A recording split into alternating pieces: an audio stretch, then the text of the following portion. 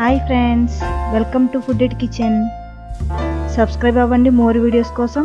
Subscribe అయ్యేటప్పుడు bell icon మాత్రం click చేయండి, మర్చిపోకండి. మళ్ళీ మరో సరికొత్త రెసిపీతో మీ ముందుకు వచ్చేసానండి. అదేంటంటే వంకాయ నిలవ పచ్చడి. ఈ వంకాయ నిలవ పచ్చడిని నేను చెప్పినట్టుగా సేమ్ మెజర్మెంట్స్తో పెట్టి చూడండి. టేస్ట్ అదృసండి. వేడి వేడి అన్నంలోకి అంత పచ్చడి వేసుకుని కొంచెం నెయ్యి వేసుకుని తింటే ఆ రుచిని మనం మాటల్లో చెప్పలేము, అంత బాగుంటుందండి.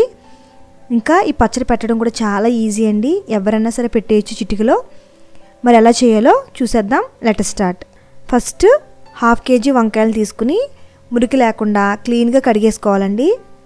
ఇలా కడిగిన వంకాయల్ని తడి అనేది లేకుండా పొడి బట్టతో తుడిచేయాలి. అదేవిధంగా అలా కాసేపు గాలికి వదిలేయండి. ఒక అరగంట పాటు తేమ లేకుండా ఉంటుంది. మనం నల్ల వంకాయలతో కూడా పెట్టొచ్చండి ఊరగాయని.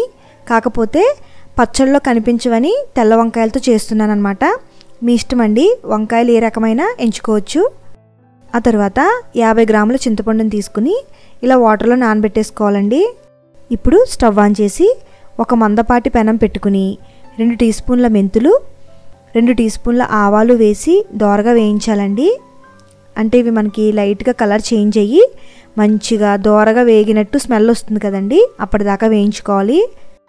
ఇలా వేయించాక స్టవ్ ఆఫ్ చేసేయండి. ఇప్పుడు వీటిని మిక్సర్ జార్లో వేసి మెత్తగా గ్రైండ్ చేసుకోవాలండి.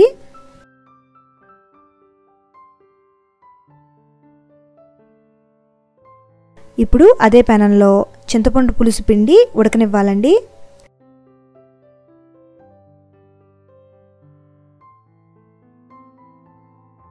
సేమ్ మనం పులిహారకి ఎలా ఉడకబెడతామో అదేవిధంగా దగ్గరికి అయిపోనివ్వాలి. ఈ ప్రాసెస్ అంతా కూడా మీడియం నుంచి హై ఫ్లేమ్లో జరగాలండి. ఇలా దగ్గరికి అయిపోయాక ఈ చింతపండు పులుసుని ఒక మిక్సింగ్ బౌల్లోకి ట్రాన్స్ఫర్ చేసేయండి. ఇప్పుడు వంకాయల్ని నిలువుగా కట్ చేసుకోవాలి.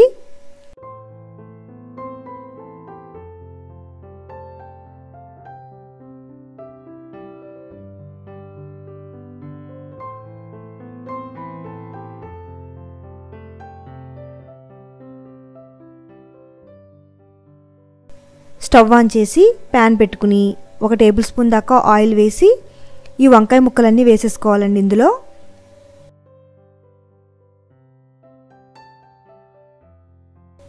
అదేవిధంగా గుప్పుడు వెల్లుల్లి రేకులు, 1/2 టీ స్పూన్ పసుపు కూడా వేసుకోవాలి. ఇప్పుడు ఈ వంకాయ ముక్కలు ఆయిల్లో బాగా మగ్గేదాకా వేయించుకోవాలి.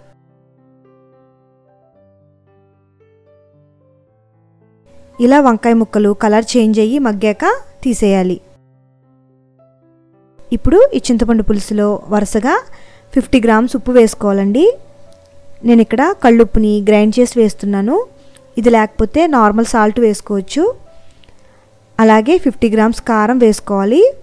1/2 kg వంకాయలకి 50 గ్రామ్స్ ఉప్పు, 50 గ్రామ్స్ కారం సరిపోతుందండి కరెక్ట్గా. అలాగే గ్రైండ్ చేసి పెట్టుకున్న ఈ మెంతి ఆవపిండిని కూడా వేసుకోవాలి. వేయించుకున్న వంకాయ ముక్కలను కూడా వేసేసి బాగా కలుపుకోవాలండి.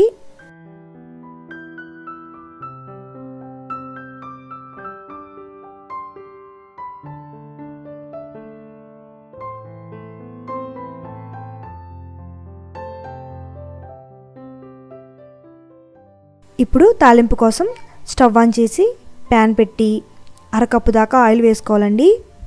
ఆయిల్ కొంచెం ఎక్కువే పడుతుంది. ఆయిల్ లేకపోతే పచ్చడి టేస్ట్ బాగోదు, అదేవిధంగా నిలవ ఉండదండి ఎక్కువ రోజులు. ఇది గుర్తుపెట్టుకోవాలి.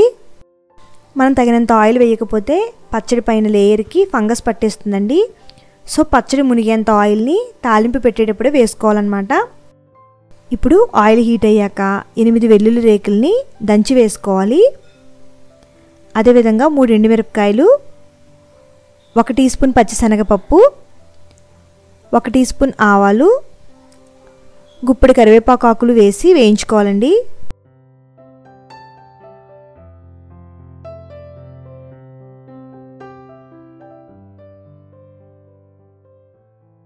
ఇప్పుడు స్టవ్ ఆఫ్ చేసేసి తాలింపుని చల్లారనివ్వండి.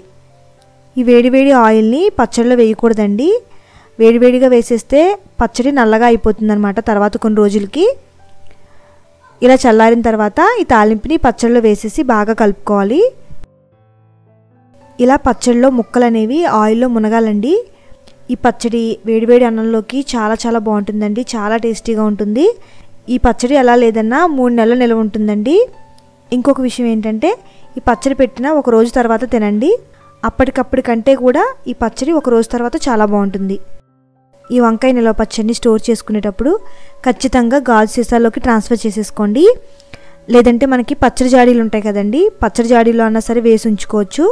ఎన్ని రోజులైనా చాలా బాగుంటుంది పచ్చడి. మరి మీకు ఈ వీడియో నచ్చిందా? నచ్చితే కనుక లైక్ చేయండి, అదేవిధంగా షేర్ చేయండి. ఈ పచ్చడి పెట్టాక మీకు ఎలా వచ్చిందో నాకు కామెంట్ సెక్షన్లో కామెంట్ చేయండి. Bye friends.